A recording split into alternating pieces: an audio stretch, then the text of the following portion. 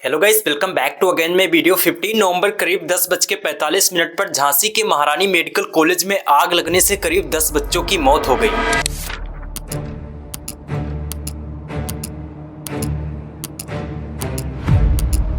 ये आग अस्पताल के ट्रीटमेंट रूम NICU में लगी थी।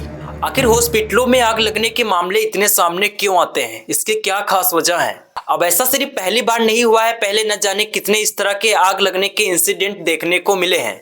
साल 2011 में सुबह के टाइम कोलकाता में MMRI हॉस्पिटल में आग लगने से करीब 79 लोगों की मौत हो गई, जो कि आग लगने की एक बहुत बड़ी घटना थी। साल 2021 में 8 नवंबर भोपाल के कमला नेहरू हॉस्पिटल में आग लगने से करीब 4 बच्चों की मौत हो गई। और साल 2021 में महाराष्ट्र के एक हॉस्पिटल में रात के करीब 2 बजे आग लगने से 10 बच्चों की मौत हो गई। ये भी एक बहुत बड़ी आग लगने की घटना थी। 27 मई को दिल्ली की बाल हॉस्पिटल में आग लगने से 7 बच्चों की मौत हुई। अगर इन सभी इंसिडेंट को कैलकुलेट करके देखें तो करीब 120 पीपल हैव डेड सिर्फ हॉस्पिटलों में आग लगने से।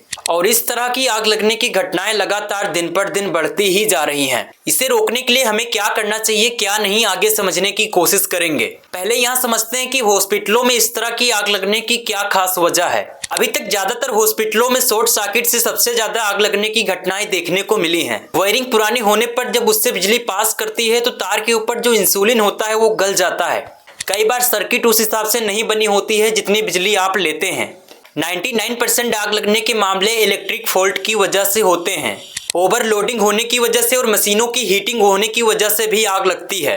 मशीन लगातार चलती है और ज्यादा काम करने पर मशीन की सही टाइम पर जांच नहीं हो पाती है, जिसकी वजह से आग लगने की संभावना और भी ज्यादा बढ़ जाती है। लखनऊ में कुल करीब 906 हॉस्पिटल हैं, जिनमें से 605 हॉस्पिटलों में तो फायर फाइटिंग का सिस्टम ही नहीं है। उत्तर प्रदेश के झांसी के महारानी मेडिकल कॉलेज में आग लगने के बाद उत्तर प्रदेश के deputy chief minister Brajesh Pathak घटना स्थल पर पहुंचे। उत्तर प्रदेश के मुख्यमंत्री योगी आदित्यनाथ ने ट्विटर पर पोस्ट करके बताया था कि जिन बच्चों की जान गई है उनके परिवार को 5-5 लाख रुपए दिए जाएंगे और जो लोग घायल हुए हैं उनको 50-50 हजार रुपए दिए जाएंगे। वहीं यूपी के अखिलेश यादव ने इस घटना के ऊपर मुख्यमंत्री योगी आदित्यनाथ की निंदा की थी और उन्होंने कहा था मुख्यमंत्री को चुनाव प्रचार छोड़कर हॉस्पिटलों के ऊपर ध्यान देना चाहिए। और ब्रजेश पाठक ने घटना स्थल पर पहुंचने के बाद कहा कि हम टीम के साथ मिलकर बच्चों की पहचान कर रहे हैं। ब्रजेश पाठक ने अस्पताल के फायर सेफ्टी से जुड़े सवाल पर कहा कि फरवरी में अस्पताल का फायर सेफ्टी ऑडिट हुआ था और जून में मॉक ड्रिल भी किया गया था, लेकिन यह घटना क्यों और कैसे हुई, जांच होने के बाद रिपोर्ट जब आएगी तभी पता चलेगा।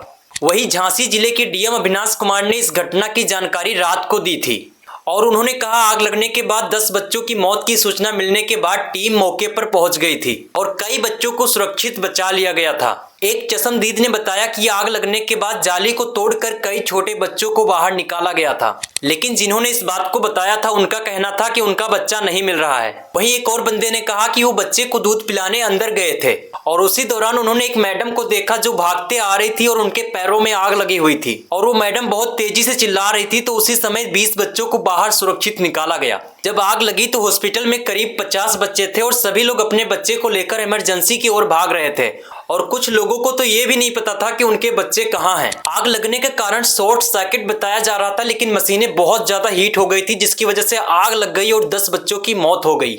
लेकिन इसका मतलब ये भी नहीं है कि शॉर्ट सर्किट से आग नहीं लगती। सबसे ज्यादा शॉर्ट सर्किट से आग लगने की घटनाएं सामने देखने को मिलती हैं। इसीलिए मैं आपको कहना चाहूंगा कि अगर आपके घर में वायर पुरानी है और उससे आप यूज कर रहे हैं और ज्यादा लोड ले रहे हैं तो उसको आप जरूर से चेंज कराइए। यूपी के deputy chief minister Brajesh Pathak ने मीडिया के सामने कहा घटना क्यों और कैसे हुई। अगर घटना में कोई लापरवाही पाई गई तो उसकी जिम्मेदारी तय करेंगे और उसके ऊपर सख्त कार्रवाई करे जाएगा, किसी को छोड़ा नहीं जाएगा।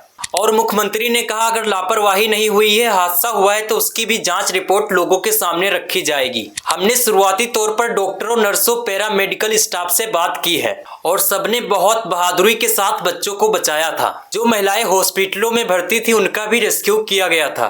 और इस वीडियो को देखने के लिए आपका बहुत बहुत धन्यवाद। मिलते हैं अगली वीडियो में, जब तक के लिए जय हिंद, वंदे मातरम।